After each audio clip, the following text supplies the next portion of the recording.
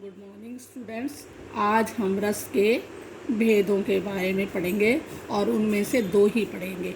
साहित्य शास्त्रियों ने मनुष्य के मन में स्थायी रूप से विद्यमान रहने वाले भावों के अनुसार ही 9 रस माने हैं। जितने स्थायी रस हैं उतने ही जितने स्थायी भाव हैं उतने ही रस हैं। जैसे कि नंबर 1 पे दिया हुआ है रति, तो इसका रस है श्रृंगार रस। नंबर 2 पे हास्य, शोक करुण, उत्साह वीर, क्रोध रौद्र, भय भयानक, जुगुप्सा विभत्स, विस्मय अद्भुत, निर्वेद या उदासीनता शांत रस। परंतु अब रसों की संख्या जो है 11 मानी गई है। अब 2 नए रस और माने जाने लगे हैं, जबकि पहले उनका समाहार जो है श्रृंगार रस में ही किया जाता था। ये 2 नए रस इस प्रकार हैं। वात्सल्य रस जिसका स्थायी भाव है वत्सल, और भक्ति रस जिसका है स्थायी भाव देव विषयक रति। इस प्रकार अब रसों की संख्या 11 मानी जाने लगी है। अब इनमें से 2 रसों का परिचय इस प्रकार है। नंबर 1 श्रृंगार रस। श्रृंगार रस का आधार स्त्री पुरुष का आकर्षण होता है, जिसे शास्त्रीय भाषा में रति कहते हैं। नायक और नायिका के मन में संस्कार रूप में विद्यमान रति नामक स्थायी भाव जब विभाव, अनुभाव और संचारी भाव के संयोग से परिपुष्ट होकर के आनंद की अनुभूति के योग्य हो जाता है, तब वह श्रृंगार रस कहलाता है।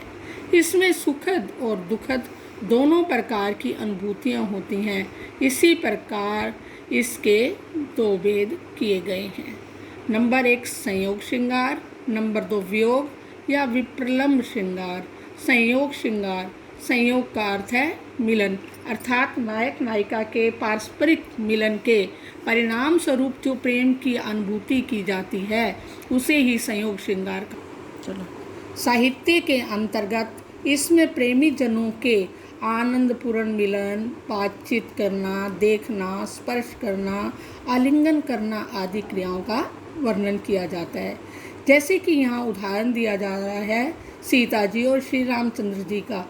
तन संकोच मन परम उछाऊ, गूढ़ प्रेम लखी परई न काहू, जाई समीप राम छवि देखी, रही जन कुंवरी चित्र अनुरेखी।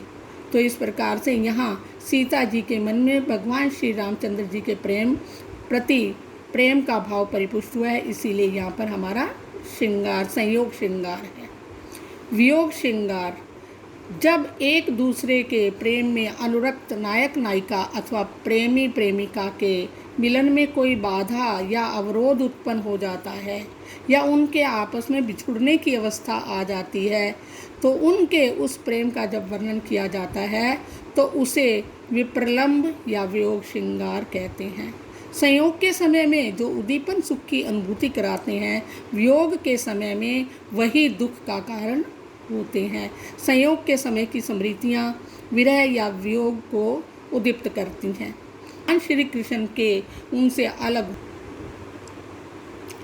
निशिदिन बरसत नयन हमारे, सदा रहत पावस ऋतु हम पे, जब से शाम सिधारे।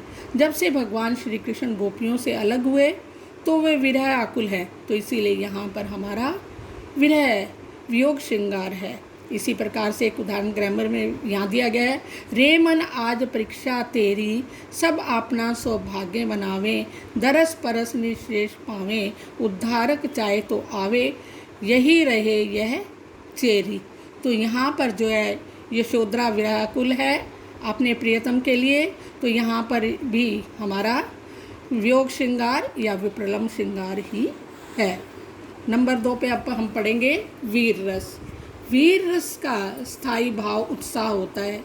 युद्ध अथवा किसी कठिन कार्य को करने के लिए हृदय में जो उत्साह का भाव जागृत होता है, वह उत्साह नामक स्थायी भाव जब विभाव, अनुभाव, संचारी भाव से पुष्ट होकर आस्वादन के योग्य हो जाता है तो उसे वीर रस कहते हैं। उदाहरण के लिए वीर तुम बड़े चलो, धीर तुम बड़े चलो, सामने पहाड़ हो, सिंह की दहाड़ हो।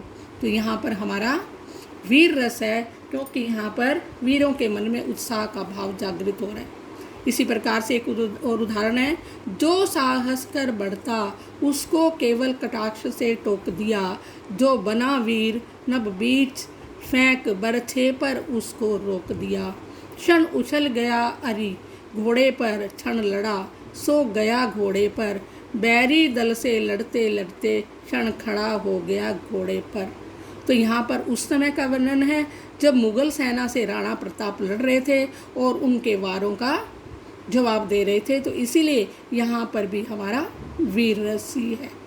तो इस प्रकार से वीर रस के जो है भी 4 भेद होते हैं, युद्धवीर, धर्मवीर, दयावीर और दानवीर। इन चारों क्षेत्रों में उत्साह, स्थायी भाव जागृत और परिपुष्ट होकर वीर रस में बदल जाता है।